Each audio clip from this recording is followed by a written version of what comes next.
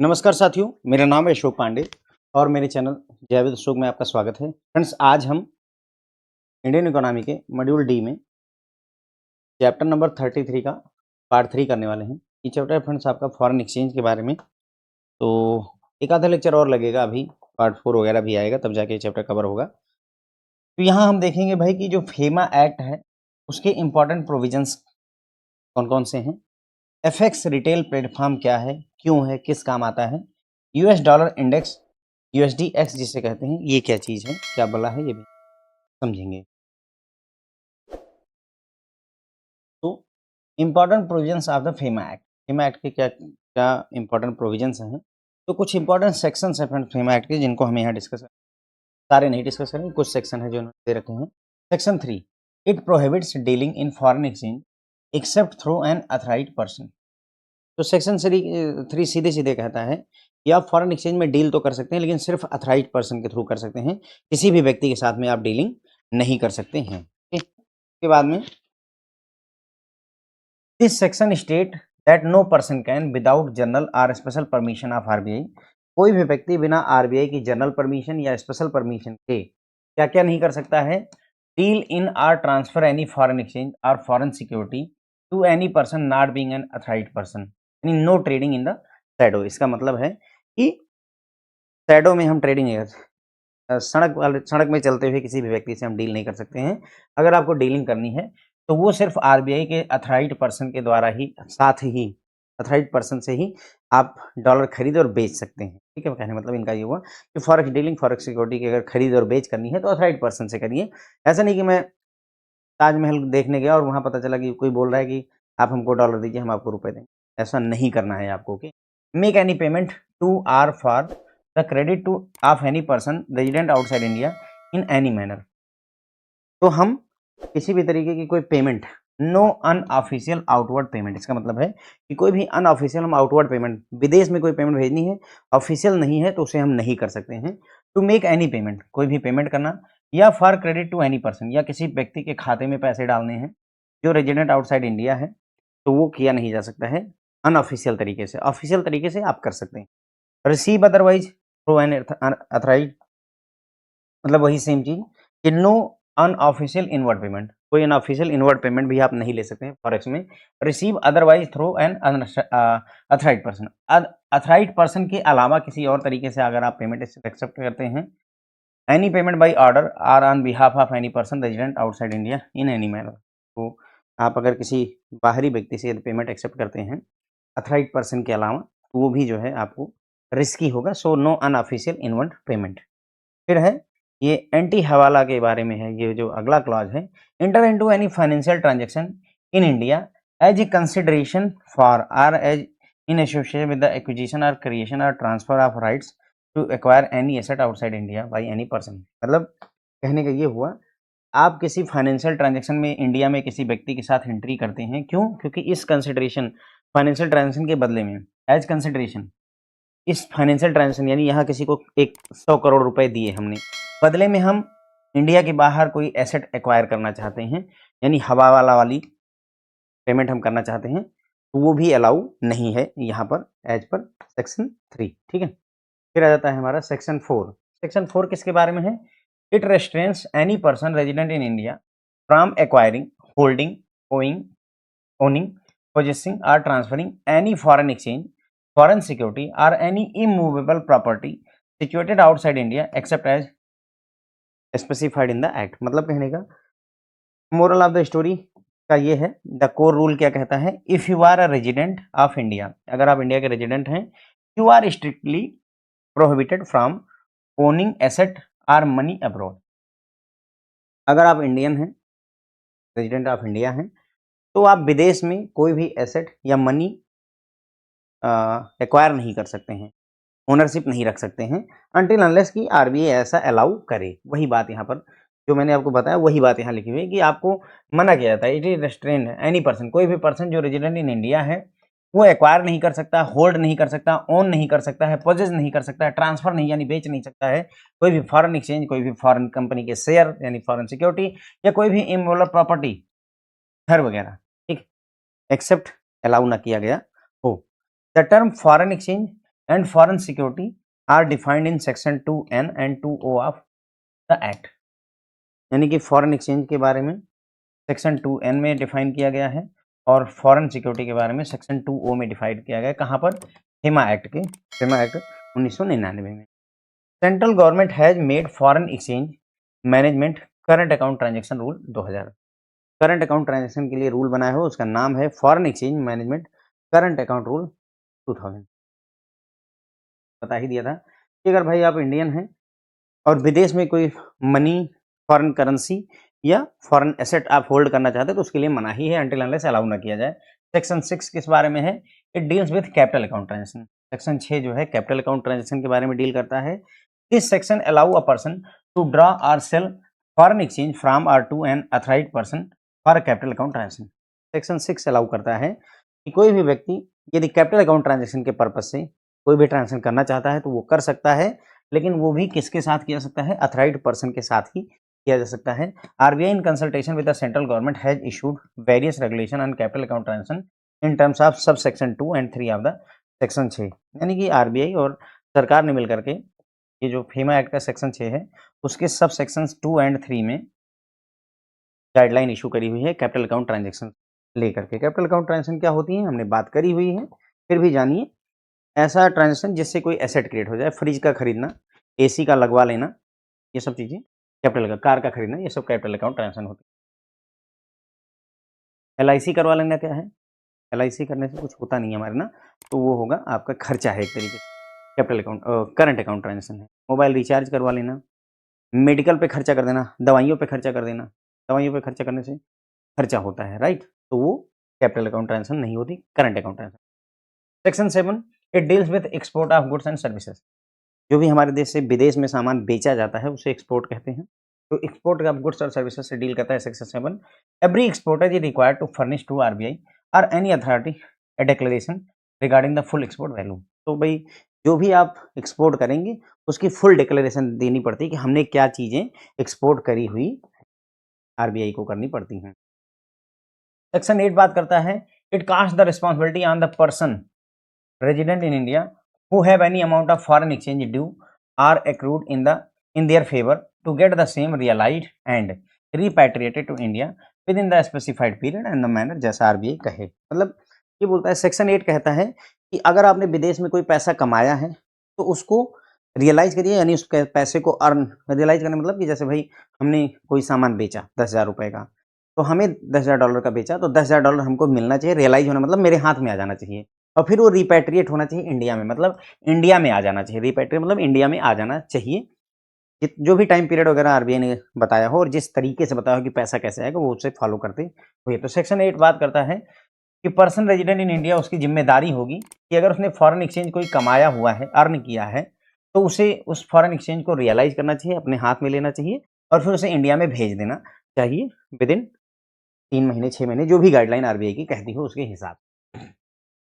जैसे अगर मैं बात करूं, अगर कोई चीज़ एक्सपोर्ट किया गया है तो एक्सपोर्ट का जो भी सामान एक्सपोर्ट हुआ है उसको एक्सपोर्ट होने के 15 मंथ के अंदर में हमारे देश में पैसा आ जाना चाहिए, रिपैट्रिएट हो जाना चाहिए। एक्सपोर्ट करने के 15 मंथ के अंदर पैसा आ जाना चाहिए। ठीक।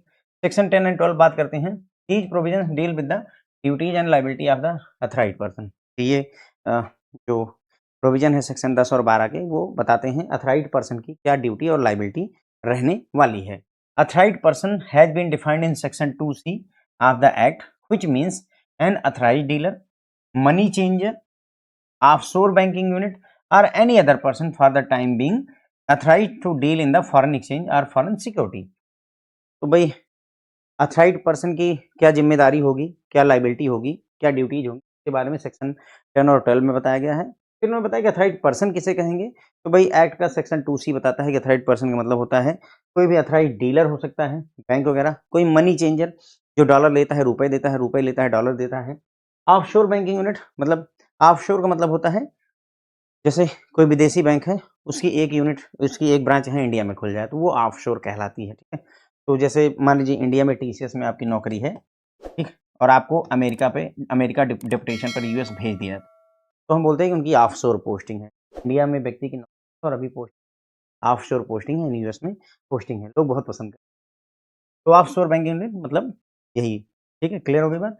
एंड एनी अदर पर्सन जिसे अलाउ किया गया हो कि वो फॉरेन एक्सचेंज या फॉरेन सिक्योरिटी में डील कर सकता है, तो उसे ही फ्रेंड्स ऑथराइज्ड पर्सन कहते हैं। सेक्शन 13 एंड 15, सेक्शन नंबर 13 और 15 क्या कहता है? Provisions of these section deal with the penalties and enforcement of the order of adjudicating authority as well power to compound contravention under the act. यहाँ पर बात होती है भाई कि जो भी फेमा एक्ट की गाइडलाइंस हैं उनमें क्या पेनल्टी रहेगी और जो भी एजुकेटिंग अथॉरिटी द्वारा आदेश दिया गया है उसका इन्फोर्समेंट कैसे करवाया जाएगा, साथ ही साथ में power to compound contravention under the act, साथ ही साथ में कंट्रावेंशन की कंपाउंड की भी बात यहाँ पर करी गई है। ठीक है, तो मतलब इसमें क्या क्या बातें करी गई 13 और 15 में कि भाई पेनल्टी क्या लगेगी अगर आप जो है वो फेमा की गाइडलाइन वायलेट करते हैं। एजुकेटिंग अथॉरिटी ने जो आदेश पारित किया उसको इन्फोर्स करने के लिए कौन अथॉरिटी होगी, और साथ ही साथ में कंपाउंड कंट्रावेंशन का मतलब होता है फ्रेंड्स जो है, इसका मतलब ये होता है कि जैसे मान लीजिए किसी व्यक्ति से फेमा में गाइडलाइन में गलती हो गई, तो वो खुद जा करके जो है आरबीआई चला जाता है और बोलता है कि मेरे से गलती हुई है, तो उस केस में आरबीआई उसे देखता है कि हाँ व्यक्ति खुद सामने से आया हुआ है, गलती इसकी है, तो वो उस पर पेनाल्टी लगाते हैं। ठीक है कि चलो ठीक है इतनी पेनाल्टी भर दो, तो वो तुम्हारा जो इशू है वो रिजॉल्व हो जाएगा। तो दैट इज कंपाउंड, कंपाउंड करना, कंट्रावेंशन जो भी गड़बड़ी हुई है उसको कंपाउंड करवाना, ये होता है। फिर है section 36 and 7, these pertain to the establishment of directorate of enforcement ED. ED जो है सेक्शन 36 और 7 में आती है, and the power to investigate the violation of any provision of act rules regulation notification direction और any order issue exercise of the power under this act. मतलब यहाँ पर सेक्शन 36 और 7 कहता है कि ईडी इस्टेब्लिश की जाएगी, डायरेक्टरेट ऑफ इन्फोर्समेंट होंगे और इसको पावर होगी इन्वेस्टिगेट करने की फेमा के प्रोविजन को। ठीक है, director of enforcement and other officers of the enforcement not below the rank of assistant director have been empowered to take up investigation. FEMA act में अगर वायोलेशन होता है, कंट्रावेंशन होती है, तो इन्वेस्टिगेशन कर सकते हैं। कौन करेगा? डायरेक्टर ऑफ इन्फोर्समेंट कर सकता है, या फिर जो है कम से कम असिस्टेंट डायरेक्टर की रैंक का व्यक्ति हो, उससे नीचे का व्यक्ति ना हो, तो वो इन्वेस्टिगेशन कर सकता है। यहाँ पर हमने बातें करी भाई इंपॉर्टेंट प्रोविजंस की बात की भाई कि फेमा एक्ट में इंपॉर्टेंट प्रोविजन क्या है। तो सेक्शन 3 कहता है भाई कि हम आपको मना करते हैं फॉरेन एक्सचेंज की किसी भी तरीके की डीलिंग आपको करनी तो सिर्फ ऑथराइज पर्सन से करिए और किसी से नहीं कर सकते हैं। उसी के तहत उन्होंने कहा कि कोई भी अनऑथराइज पर्सन से अगर आप डीलिंग करेंगे तो इसका मतलब ट्रेडिंग इन शैडो, मतलब असली डीलिंग ना करके हम बाईपास डीलिंग कर रहे हैं, तो वो चीज़ अलाउ नहीं है। किसी भी तरीके का डील करना, किसी तरीके का फंड का ट्रांसफर करना, ये सब चीज़ें अलाउ नहीं होती अथराइज पर्सन के अलावा, और किसी के साथ ये कर नहीं सकते हैं। किसी तरीके की अनऑफिशियल आउटवर्ड पेमेंट आप नहीं कर सकते, किसी विदेशी व्यक्ति को या हमारे देश का व्यक्ति किसी दूसरे व्यक्ति को भेजे, अनऑफिशियल आउटवर्ड पेमेंट अलाउ नहीं है। अनऑफिशियल इनवर्ड पेमेंट भी अलाउ नहीं होती है, आप किसी अनऑथराइज्ड पर्सन के अलावा किसी और से अगर पेमेंट लेंगे अथराइज के अलावा तो वो गड़बड़ होती है। ठीक है, उसके बाद में इसी तरीके से हवाला भी एंटी हवाला रूल है, यानी कि हवाला वाला काम भी आप नहीं कर सकते हैं। मतलब इंडिया में किसी को पैसे दिए और बदले में कंसिडरेशन के बदले में, ठीक है, यानी कि इसके बदले में हमको जो है दुबई में फ्लैट मिल जाएगा, तो ये चीज़ें अलाउ नहीं होती। सेक्शन 4 बोलता है कि भई सेक्शन 4 का सिंपल सा मीनिंग है कि भई जो है अगर आप रेज़िडेंट इन इंडिया हैं, तो आपको मना किया जाता है कि आप विदेश में ना तो कोई एसेट ओन कर सकते हैं और ना ही कोई विदेश में मनी ओन कर सकते हैं अनटिल अनलेस कि अलाउ ना हो। तो अब आप सोचते हो कि सर क्या दुबई में हम घर नहीं खरीद सकते, फ्लैट नहीं खरीद सकते हैं सर, लेकिन उसने कहा ना कि unless the government specially says you can, है ना? जब अलाउ करती है तो बिल्कुल कर सकते हैं, लेकिन जनरली मना है कि आप विदेश में कोई भी चीज़ है ऐसे आसानी से, क्योंकि क्या होता है ना इसमें, मतलब वही है, भई फीमा की गाइडलाइन यही वजह से लाई गई है कि ताकि पता चले कि लोग जो है पैसे का दुरुपयोग ना करें विदेश में ले जा कर के। यहाँ पर उन्होंने बताया कि भई फॉरेन एक्सचेंज किसे कहते हैं, फॉरेन सिक्योरिटी किसे कहते हैं, वो जो है फीमा एक्ट के सेक्शन 2 एंड 2 में दिखाया गया है। सेक्शन 6 डील करता है कैपिटल अकाउंट ट्रांज़ैक्शन को लेकर के, गाइडलाइन के हिसाब से आप ऑथराइज्ड पर्सन के साथ में कैपिटल अकाउंट ट्रांज़ैक्शन कर सकते हैं। सेक्शन 7 डील करता है export of goods and services से, ठीक है? तो अगर आप जो है कोई भी एक्सपोर्टर है, तो जितना भी एक्सपोर्ट किया उसका डिक्लेरेशन, एक्सपोर्ट वैल्यू का फुल डिक्लेरेशन आपको अथॉरिटी यानी आरबीआई वगैरह के सामने पीडीएफ होता है, एक्सपोर्ट डिक्लेरेशन फॉर्म होता है, उसमें भर के देना पड़ता है। सेक्शन 8 बोलता है कि भई जो है अगर आपने विदेश में कोई भी पैसा कमाया है, अर्जित किया है, तो उसको जो है इंडिया में विदिन टाइम भेज देना होगा आपको, वहाँ रख कर के नहीं काम चलेगा। सेक्शन 10 और 12 10 और 12 बात करता है किसके बारे में कि जो ऑथराइज्ड पर्सन उसकी क्या ड्यूटीज और लायबिलिटीज होने वाली हैं। ऑथराइज्ड पर्सन में कौन-कौन आता है तो money changer, authorised dealer, offshore banking unit या किसी व्यक्ति जिसको आरबीआई ने अलाउ कर रखा है कि हाँ, तुम फॉरेक्स में डील कर सकते हो। सेक्शन 13 और 15 किस बारे में है? तो ये बात करता है कि हेमा एक्ट के अगर वायलेट करते हैं तो क्या आपके ऊपर में पेनल्टी लग सकती है? अगर कोई भी एजुकेटिंग अथॉरिटी यानी कि कोई ऑर्डर पास किया गया है न्यायालय द्वारा, तो उसका एनफोर्समेंट कैसे होगा? और साथ ही साथ में कंपाउंड कंट्रावेंशन की गाइडलाइन भी यहाँ पर दी गई है, ठीक? कंपाउंड कंट्रावेंशन का मैंने आपको समझाया था। सेक्शन 36 और 7 बात करता है डायरेक्टरेट ऑफ एनफोर्समेंट यानी ईडी के एस्टेब्लिशमेंट की बात करता है, इन्वेस्टिगेशन की बात करता है कि अगर फीमा की गाइडलाइन का कोई भी वायलेशन करेंगे आप तो तुरंत ही आपके ऊपर जाँच बैठेगी। अब कौन इन्वेस्टिगेशन कर सकता है? तो डायरेक्टर हो सकता है, ईडी का डायरेक्टर हो सकता है या असिस्टेंट डायरेक्टर से ऊपर की रैंक का अधिकारी, assistant director and above rank का अधिकारी हो, तो वो जो है है। यानी नॉर्मल एम्प्लॉइयों को नहीं अलाउ किया जाता है, क्योंकि उनको ऐसे ही भगा देंगे जो है।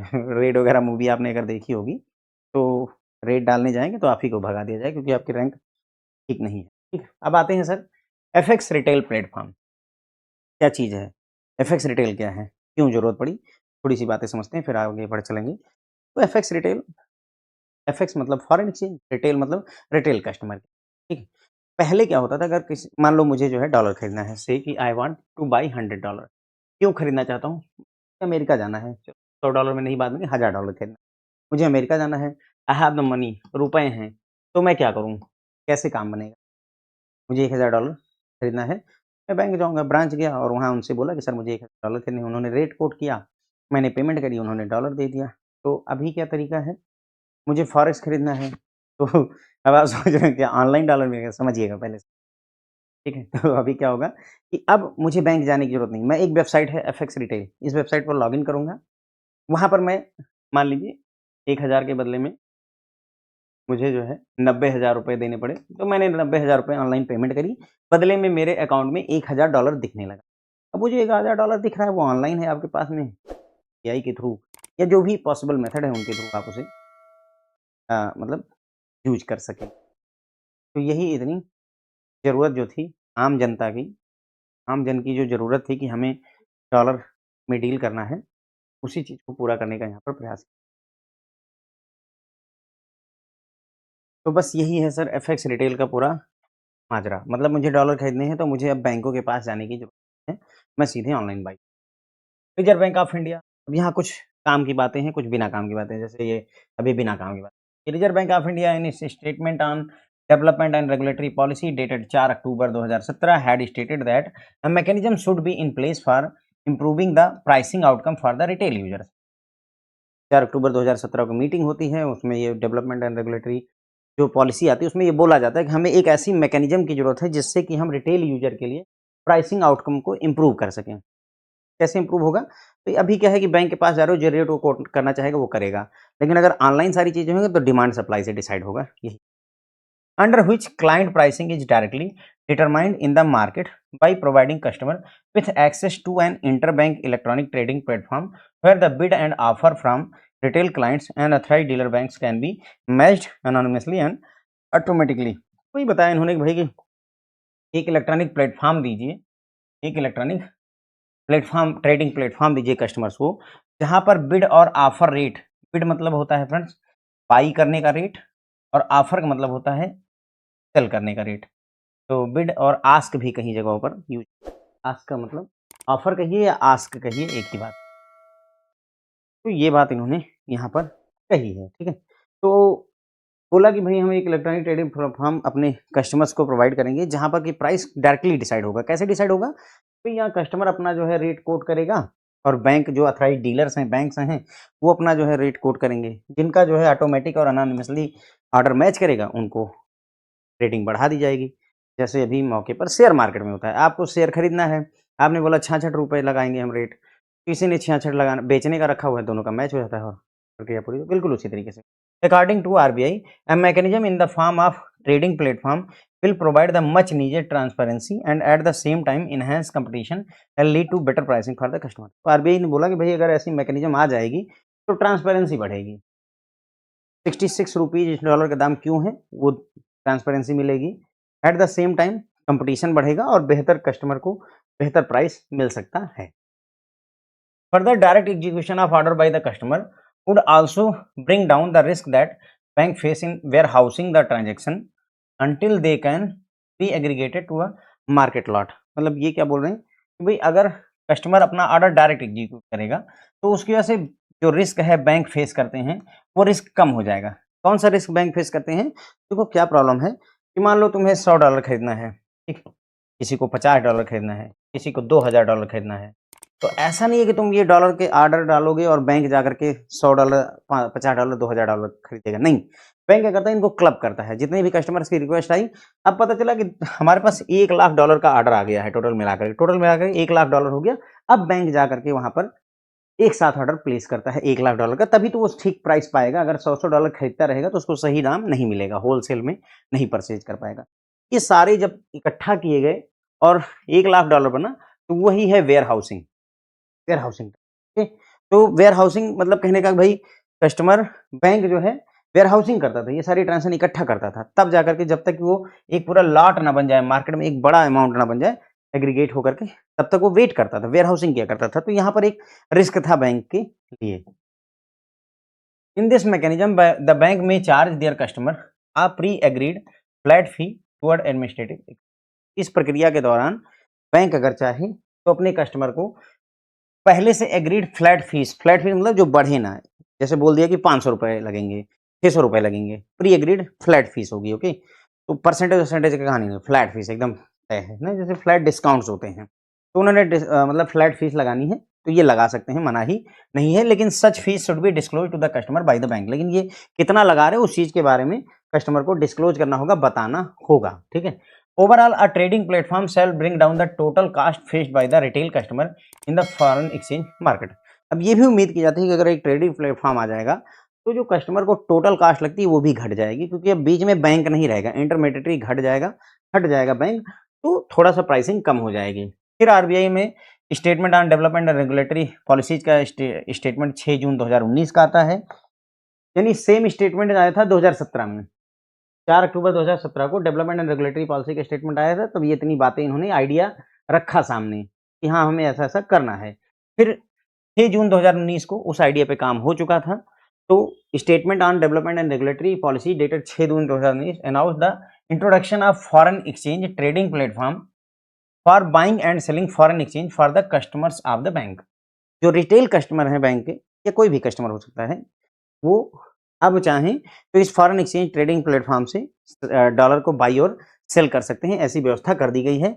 एफएक्स रिटेल प्लेटफॉर्म, उसी का नाम, जो ये फॉरेन एक्सचेंज ट्रेडिंग प्लेटफॉर्म है उसी का नाम एफएक्स रिटेल प्लेटफॉर्म है।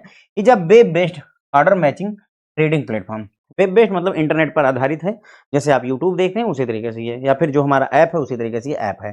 तो web based order matching trading platform है for the customers of bank. ये बैंक के कस्टमरों के लिए होता है।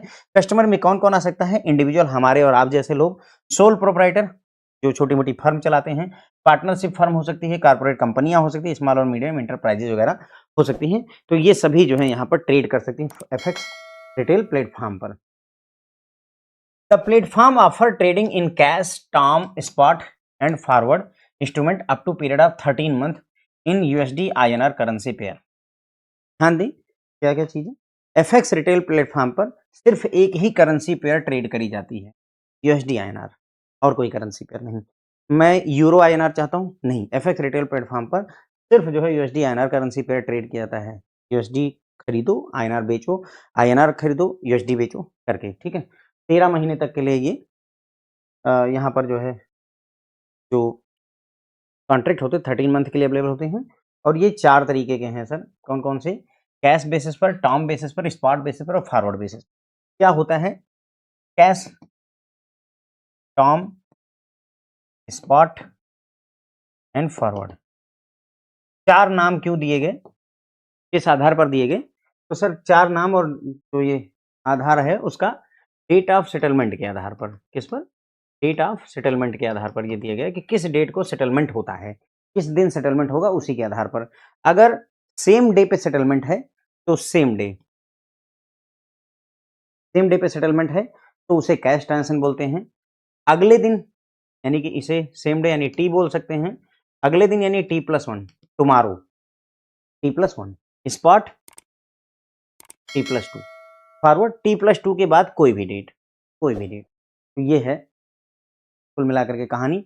अब क्या है, कैश मतलब सेम डे सेटलमेंट। इसका मतलब ये हुआ, सोचो कि आज जो है मान लीजिए 15 जुलाई है, 15 जुलाई 2026, 15 जुलाई 2026 को मैंने $1000 खरीदने की बात करी। तो $1000 खरीदने के लिए मैंने ऑर्डर प्लेस किया, तो मेरे खाते से रुपए कट गए और बदले में मुझे $1000 मिल गए। अगर ये काम 15 जुलाई को ही ऑर्डर डाला, 15 जुलाई को ही ये हो जाए कि डॉलर मुझे मिल जाए और रुपए चले जाएं, तो सर उसे कैश डिलीवरी कहते हैं। ठीक है, तो ये कैश सेटलमेंट हुआ। क्लियर हो गई बात। लेकिन सोचो कि मैं 15 तारीख को ऑर्डर डालता हूं और मुझे 16 तारीख को, 16 जुलाई को जो है मुझे डॉलर मिलते हैं और मेरे खाते से पैसे जाते हैं, तो उसे टर्म सेटलमेंट। एक दिन बाद, टुमारो, यानी कि आज मैंने 15 जुलाई को डील करी, लेकिन मुझे जो सेटलमेंट है वो 16 तारीख को मिल रहा है, तो उसे टर्म सेटलमेंट कहते हैं। स्पॉट सेटलमेंट कब होगा? जब यही काम 17 तारीख को हो, 17 जुलाई को। हम ये मानकर चल रहे हैं कि सारे दिन वर्किंग है, ना 15 को छुट्टी है, ना 16 को छुट्टी, ना 17 को छुट्टी, हम ये मानकर चल रहे हैं। अगर छुट्टी होगी तो कहानी बदलेगी। फिलहाल समझने के लिए इतना पर्याप्त रहेगा। तो अगर मान लो मेरी मतलब मैंने 15 तारीख को डील की और मुझे पैसे और डॉलर जो है एक्सचेंज का जो सेटलमेंट है वो 17 तारीख को हुआ, परसों, है ना? कैश, टर्म, टर्म के बाद स्पॉट, तो सर उसे क्या बोलेंगे हम? स्पॉट सेटलमेंट बोलते हैं। ठीक।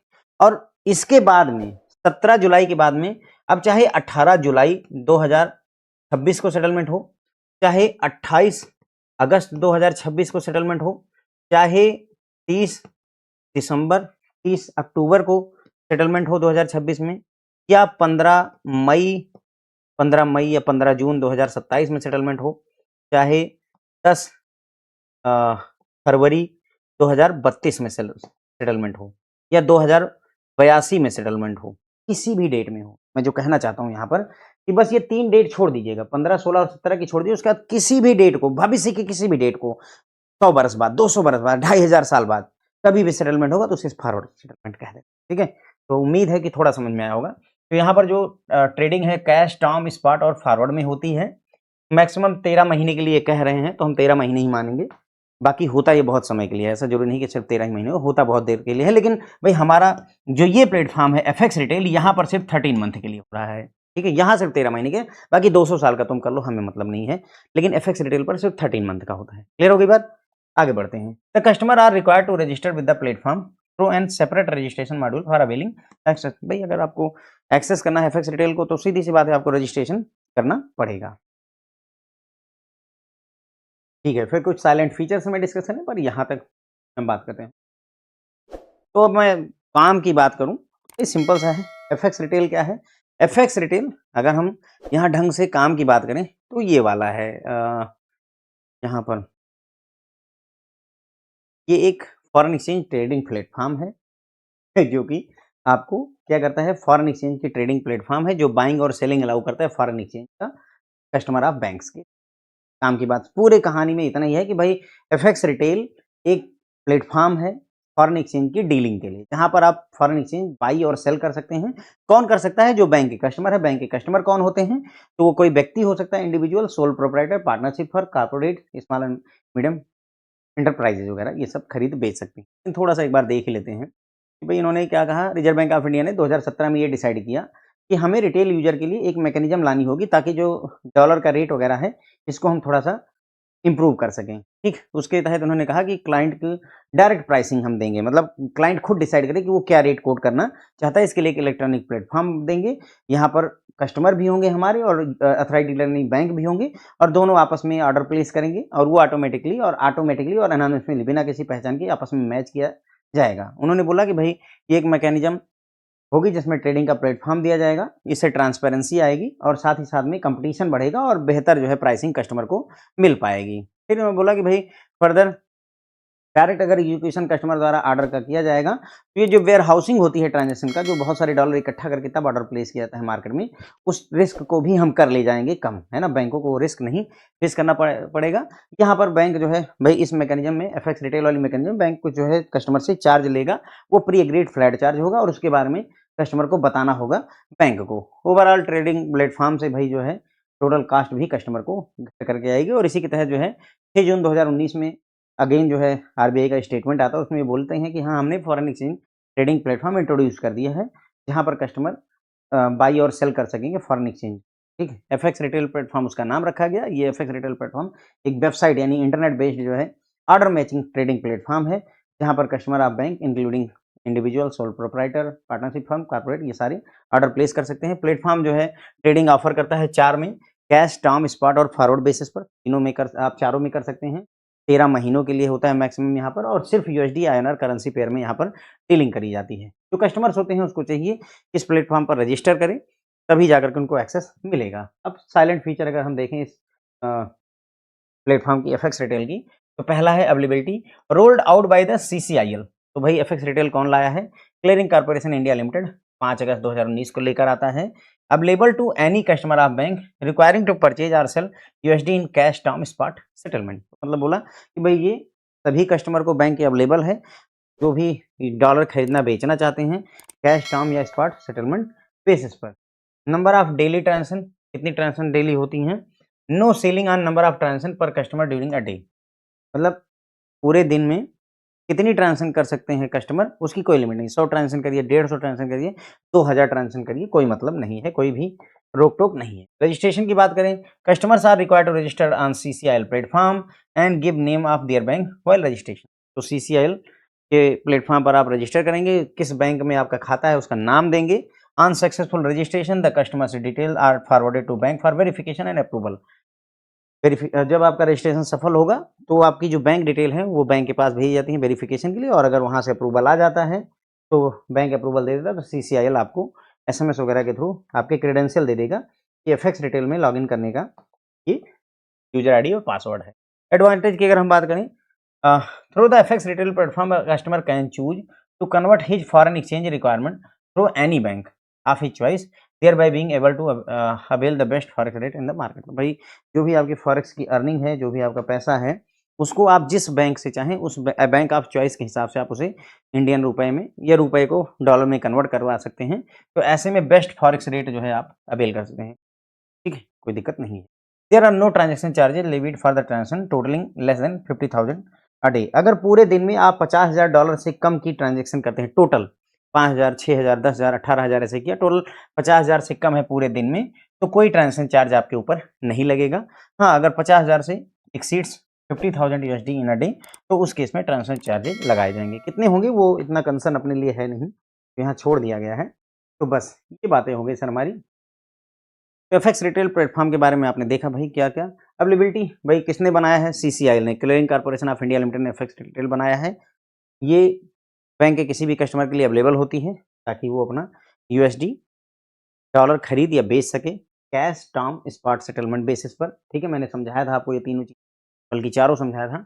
नंबर ऑफ डेली ट्रांजेक्शन, कितनी भी ट्रांजेक्शन आप कर सकते हैं पर कस्टमर। ठीक है, no ceiling on number of transaction per customer during a day, कितनी भी ट्रांजेक्शन आप कर सकते हैं, कोई वहाँ नहीं है। रजिस्ट्रेशन की अगर बात करें, customer are required to register on CCIL platform and give name of their bank while registering. ठीक है, तो अगर आपको रजिस्ट्रेशन करना, सीसीआईएल प्लेटफॉर्म पर आप जाएंगे, रजिस्ट्रेशन करेंगे, अपने बैंक की डिटेल्स वहाँ पर शेयर करेंगे, आपका रजिस्ट्रेशन सक्सेसफुल हो जाएगा तो कस्टमर की डिटेल बैंक को भेजी जाएगी वेरिफिकेशन के लिए और अप्रूवल के लिए। बैंक अप्रूव कर देता है तो सीसीआईएल आपको लॉगिन क्रेडेंशियल दे देता है। फायदे की अगर बात करें भाई, तो एफएक्स रिटेल में बैंक कस्टमर को आज़ादी रहती है इस बात की कि वो जो है किस बैंक से डॉलर खरीदना या बेचना चाहता है, उसकी पूरी आज़ादी होती है। उसको बेस्ट रेट यहाँ पर मिल जाता है। 50,000 रुपये से 50,000 रुपये तक अगर जो है ट्रांजेक्शन होती है पूरे दिन में, तो कोई भी ट्रांजेक्शन नहीं लगा, चार्ज नहीं लगाया जाता, कोई भी फीस एक्स्ट्रा नहीं लगाई जाती है। अगर 50,000 से ज़्यादा का दिन भर में आप ट्रांजेक्शन करते हैं तो उस केस में चार्जेस लगाए जाते हैं। फिर आते हैं सर हमारे US dollar index. US dollar index क्या होता है? तो यूएस डॉलर इंडेक्स, यूएसडीएक्स कहते हैं, is a measure of value of the US dollar relative to the value of basket of currencies of the majority of USA most significant trading partner. क्या कह रहे हैं हम समझेंगे। US dollar index is used to measure the relative value यानी strength of the dollar. यहाँ कायदे की बात इन्होंने यहाँ की, यूएस डॉलर का ये जो इंडेक्स है वो किस काम आता है?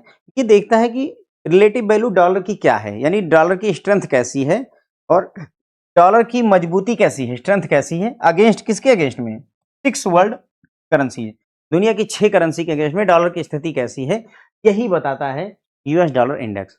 दुनिया की 6 करेंसी के मुकाबले डॉलर की स्थिति कैसी है, मजबूत है, कमजोर है, वही बताता है कौन, यूएस डॉलर इंडेक्स। अब 6 करेंसी कौन सी हैं, यूरो, ईयूआर मतलब इसका जो है रिप्रेजेंटेशन है, स्विस फ्रैंक को सीएचएफ लिखते हैं, जापानीज येन को जेपीवाई लिखा जाता है, कैनेडियन डॉलर को सीएडी लिखा जाता है, ब्रिटिश पाउंड को जीबीपी, ग्रेट ब्रिटेन पाउंड है ना, और स्वीडिश क्रोनर को एसईके लिखा जाता है।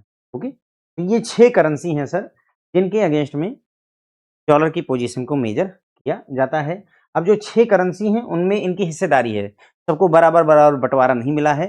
सबसे ज्यादा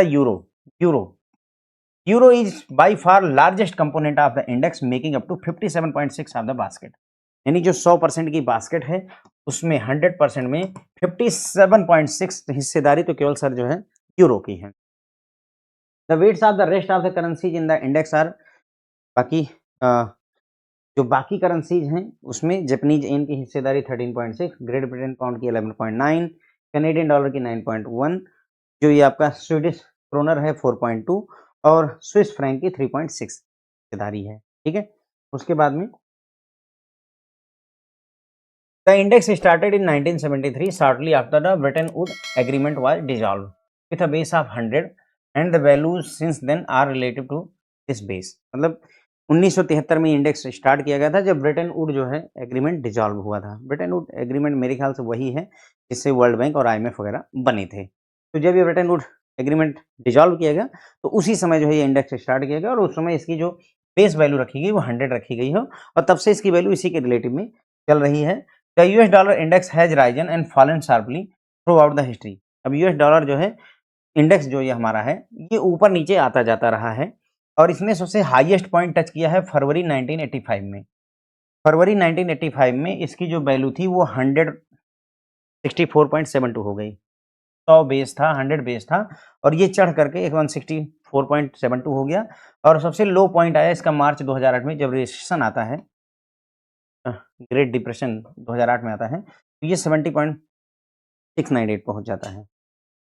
ठीक है, तो ये मैं बताएं अभी मौके पर अगर देखा जाए तो मौके पर 101.40 के आसपास है। मुद्दा ये नहीं है, बात समझने की है कि हाउ दिस इंडेक्स वर्क, ऊपर नीचे ये आता जाता रहता है लेकिन रहेगा ये 100 के अगल बगल ही। ठीक है, the index is greatly affected by, अब ये जो इंडेक्स में इतना ज़्यादा चढ़ाव और इतना ज़्यादा उतारा है किन वजहों से आया है, तो ये इंडेक्स प्रभावित होता है बाई मैक्रो इकोनॉमिक फैक्टर, बृहद स्तर के, मैक्रो, माइक्रो नहीं मैक्रो, यानी देश की आबादी कितनी है, रोजगार कितना है, गरीबी कितनी है, ये फैक्टर्स। ठीक है, including inflation deflation in the dollar, यानी कि महंगाई सस्ताई अगर डॉलर में हुई है, and foreign currencies included in the comparable basket, यानी कि कितनी महंगाई आई हुई है जो भी ये बाकी 6 करेंसी हैं उनमें डॉलर में।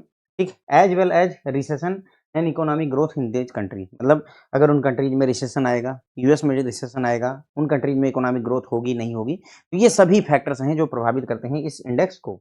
तो बस यहीं पर बात पूरी खत्म होगी। उम्मीद है अब आपको समझ में आ गया होगा यूएस डॉलर इंडेक्स। पहली वाली स्टेटमेंट मैंने बहुत अच्छे से पढ़ा ही नहीं, तब इसको समझते हैं। US dollar index, USDX, US dollar index USDX is a measure of value of US dollar, यानी कि हम यूएस डॉलर की वैल्यू को मेजर करते हैं और भी रिलेटिव देखते हैं किसके अगेंस्ट में, the value of basket of currency, जो 6 करेंसी हैं। और ये 6 करेंसी ही क्यों ली गई, क्योंकि majority of the USA most significant trading partner, यानी उस समय जब ये इंडेक्स बना था 1973 के दौरान में, तो उस समय सबसे ज्यादा ट्रेड किन कंट्रीज के साथ में होता था, उन्हीं 6 कंट्रियों को लिया गया, यानी उस समय ये 6 कंट्रीज थी जो ज्यादा ट्रेड करती थी। अभी अगर मौके पर देखा जाए तो हो सकता है यहाँ चाइना वाइना आ गया होगा, इसमें कोई डाउट नहीं है, लेकिन उस समय ये 6 कंट्री थी जो ज़्यादा ट्रेड करती थी, इसलिए उन 6 कंट्रीज की करेंसीज को ही लिया गया। ठीक, यूएस डॉलर इंडेक्स जो है ये बताता है कि यूएस की जो डॉलर है उसकी स्ट्रेंथ कितनी है, उसकी ताकत या कमजोरी कितनी है, और उसका कंपेयर करता है 6 दुनिया की करेंसीज के साथ। 6 करेंसीज में euro, Swiss franc, Japanese yen, Canadian dollar, British pound, ये ध्यान रखें छइयों का नाम, स्विस क्रोनर वगैरह, ये सारी चीज़ें। ठीक है, परसेंटेज इन्होंने दिया हुआ है कि सबसे ज़्यादा यूरो इसमें सबसे ज़्यादा हिस्सेदारी रखता है, तो अब हिस्सेदारी सबसे ज़्यादा यूरो की है, तो यूरो की रेट मतलब यूरो ऊपर नीचे होगा तो इसका प्रभाव भी इस इंडेक्स पर ज़्यादा पड़ेगा, सीधी सी बात भाई। 57.6 हिस्सेदारी इसी की है। देन आता है Japanese yen 13.6, great Britain pound 11.9, Canadian dollar 9.1, ये आपका Swedish kronor 4.2, Swiss franc 3.6। CHF जो है स्विस फ्रैंक होता है। इंडेक्स जो है 1973 में स्टार्ट हुआ था, जब ब्रिटेन वुड एग्रीमेंट खत्म हुआ उस समय, और उस समय इसका बेस 100 था। इंडेक्स जो है ऊपर नीचे आता जाता रहा है, ठीक है। सबसे ज़्यादा ऊंचाई पर इसने जो है फरवरी 1985 में छुआ है, सबसे ज़्यादा ऊंचाई को 164 पहुंच गया, और सबसे लो पॉइंट मार्च 2000 में आया, 2008 में आया, 2008 में, जब से 70 पॉइंट को पहुंच गया है, और अभी मौके पर लगभग 101 के आसपास चल रहा है, 101.40 के आसपास चल रहा है, ठीक है। कहाँ से प्रभावित होता है ये इंडेक्स? तो भाई मैक्रो इकोनॉमिक फैक्टर से प्रभावित होता है। 6 कंट्री वो हो गई और एक यूएस हो गया। इन सातों कंट्री में यदि जो है जो भी मैक्रो इकोनॉमिक फैक्टर हैं वो सभी के सभी प्रभावित करते हैं। इन्फ्लेशन, डिफ्लेशन उन कंट्रीज में आएगा तो प्रभाव डालेगा। उसके बाद में रिसेशन अगर आएगा, पूरी दुनिया में आएगा, उन 7 देशों में आएगा तो प्रभावित होगा। इकोनॉमिक ग्रोथ कौन सा देश कर रहा है, कौन सा नहीं कर रहा है, ये चीज़ें भी इस इंडेक्स को प्रभावित करती हैं। तो बस सर यहीं पर हमारी बातें खत्म हो जाती हैं। होप है आपको ये चीज़ थैंक यू सो मच।